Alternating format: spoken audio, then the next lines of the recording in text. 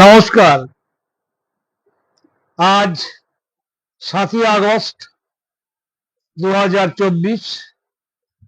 আজকের দিন বাঙালির জাতীয় জীবনে অত্যন্ত গুরুত্বপূর্ণ এবং মনে রাখার মতো একটি দিন।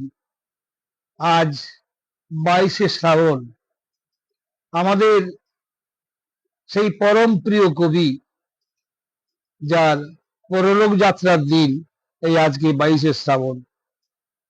এই ২২শে শ্রাবণ আজকের দিনে আমার মনে হয় রবীন্দ্রনাথের এই মৃত্যু দিনটি, যার মুখ দিয়ে একদা উচ্চারিত হয়েছিল আমার সোনার বাংলা, আমি তোমায় ভালোবাসি,